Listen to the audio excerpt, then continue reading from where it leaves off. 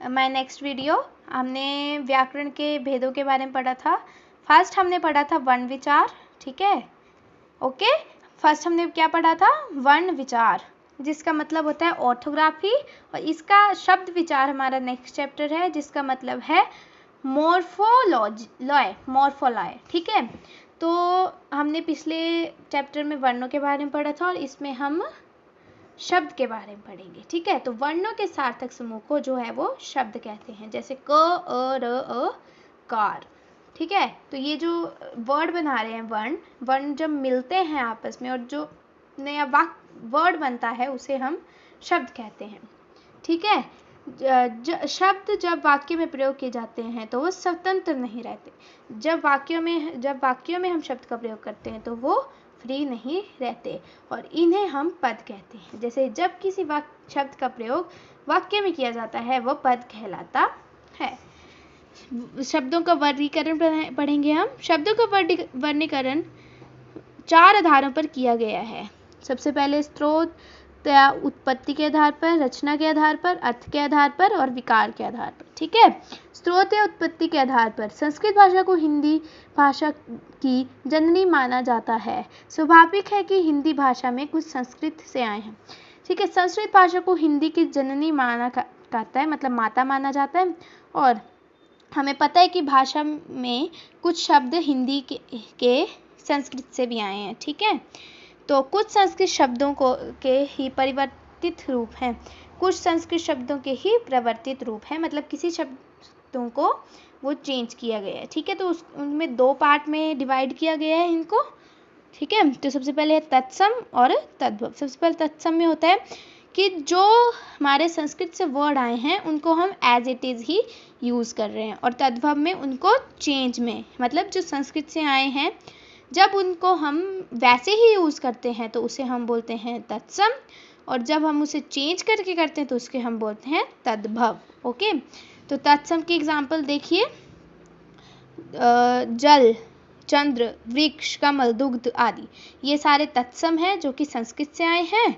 और चांद, दूध, खेत, पांच, सीख आदि ये हैं, ये भी संस्कृत से आए हैं, पर हमने इनको चेंज कर दिया है। जैसे चांद को हम संस्कृत में चंद्र बोलते हैं, दूध को दुग्ध बोलते हैं, ठीक है। तो इसको हमने चेंज कर दिया है। तो जिन शब्दों को हम चेंज करके लाए हैं वो तद्भव। ओके, यहाँ पे तत्सम और तद्भव के शब्द चेंज करके बताए हैं। जैसे तत्सम में अगर हम अंधकार बोलते हैं तो तद्भव में उसको हम अंधेरा बोलते हैं, ठीक है। उसके बाद है देशज, ये भी एक उत्पत्ति के आधार का ही टाइप है। देश प्लस ज यानी देश में जन्म। देशज में 3 वर्ड हैं, देश प्लस ज, देश प्लस ज, तो इसका मतलब होता है देश में जन्म। जो शब्द देश के विभिन्न प्रांतों जातियों में बोले जाते हैं, मतलब ये जो शब्द होते हैं देशज, वो अलग अलग विभिन्न प्रांतों, जातियों, बोलियों से आए हैं, तो जिन्हें हम देशज बोलते हैं। इनका मूल रूप संस्कृत भाषा में नहीं मिलता। इनका मूल रूप जो होता है वो संस्कृत भाषा से नहीं मिलता। जैसे काठ, पगड़ी, धोती, झाड़ू, ये हम हमारे डेली यूज़ के वर्ड्स हैं सारे, जिनको हम देशज भी बोलते हैं। और विदेशी मतलब जो विदेश से आया है, ठीक है।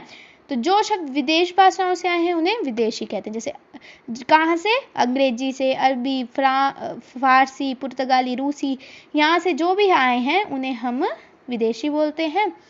जैसे यहाँ पे कुछ दिए हुए हैं, motor, doctor, nurse, school, car, college, महीनों के नाम जो भी हैं ये अरबी के, फारसी के, पुर्तगाली के, तुर्की के और चीनी से, ठीक है, चीन से। तो संकर शब्द हैं, इसका ही टाइप है ये। जो शब्द 2 विभिन्न भाषाओं से, जैसे एक जो है हम अंग्रेजी से लेंगे, एक फारसी से लेंगे, तो उससे भी एक शब्द बनेगा, ठीक है। तो उन शब्दों को हम संकर शब्द कहते हैं। जैसे अंग्रेजी और फारसी में वर्ड है, जैसे अंग्रेजी में सील और फारसी में बंद, ठीक है। तो ये बन गया आपस में बन के सील बंद। तो यहाँ पे बहुत ज़्यादा एग्जाम्पल दिए हुए हैं। उसके बाद नेक्स्ट है रचना के आधार पर। रचना के आधार पर 3 भेद होते हैं, रूढ़ शब्द, यौगिक शब्द और योग रूढ़ शब्द। रूढ़ शब्द मतलब किसी वस्तु, स्थान, भाव, प्राणी आदि के लिए प्रयोग में आने वाले परपरागत शब्दों को रूढ़ शब्द कहा जाता है। और यौगिक दो या दो से अधिक शब्दों से मिलकर बने शब्द यौगिक शब्द कहलाते हैं। मतलब दो या दो से अधिक से बने, जैसे प्रति प्लस दिन प्रतिदिन, आज्ञा प्लस अनुसार याज्ञानुसार। नेक्स्ट है योग रूढ़, ऐसे यौगिक शब्द जिनका परंपरा से विशेष अर्थ होता है। ठीक है, जिनका परंपरा से विशेष अर्थ होता है, जैसे दशानन, दश आनंद मतलब रावण। ठीक है, रावण को हम दशानन बोलते हैं। ठीक है, नेक्स्ट है अर्थ के आधार पर। अर्थ के आधार पर दो भेद होते हैं, सार्थक और निरर्थक। सार्थक मतलब जिन शब्दों का कोई निश्चित अर्थ होता है, जैसे आसमान, पिता, ईश्वर, फल, सागर, पृथ्वी, इनका कोई मतलब है तो इन्हें हम सार्थक बोलते हैं। जिनका कोई मतलब नहीं होता, जैसे हम अपने डेली रूटीन में किसी को बुलाना होता है चाय के लिए, तो हम बोलते हैं कि उसे बुलाओ चाय वाय पी लेगा, तो वाय जो होता है उसका कोई अर्थ नहीं होता, तो इसे हम क्या बोलते हैं, निरर्थक शब्द। ठीक है, जो सार्थक शब्द होते हैं उनके 5 भेद होते हैं, पर्यायवाची शब्द, अनेकार्थी, एकार्थी, समरूपी, भिन्नार्थक शब्द और विलोम शब्द। ठीक है, इसके बारे में हम शब्द भंडार के अंतर्गत विस्तार से जानेंगे। ठीक है, शब्द भंडार में आपको पढ़ाऊंगी। तो सबसे पहले 4th है इसका विकार के आधार पर। विकार के आधार पर 2 भेद होते हैं, विकारी और अविकारी। विकारी मतलब जिन शब्दों के रूप लिंग वचन कारक काल में के कारण बदल जाते हैं, जैसे संज्ञा है लड़की, लड़कियां, लड़कियां, तो इनका चेंज हो रहा है। जैसे अगर हम 2 को बुलाना होता है तो भी हम लड़कियां बोलते हैं, और 3 को बुलाना होता है तो लड़कियों। ठीक है, तो ये चेंज होते रहते हैं। ठीक है, तो इसके 4 प्रकार हैं, संज्ञा, सर्वनाम, विशेषण और क्रिया। ठीक है, नेक्स्ट है अविकारी शब्द, जिन शब्दों के रूप लिंग वचन कारक काल आदि से कारण नहीं परिवर्तित होते हैं। ठीक है, उसे हम क्या बोलते हैं, अविकारी। इसके भी 4 भेद हैं, क्रिया विशेषण, संबंध बोधक, समुच्चय बोधक और विस्मयादि बोधक। विकारी और अविकारी शब्दों के बारे में आगे के अध्ययनों में विस्तृत रूप से वर्णन किया जाएगा। ठीक है, तो ये था हमारा 3rd चैप्टर शब्द विचार।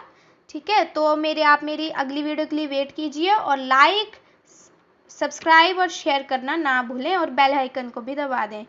सो thank you and wait for my next video. Thank you so much.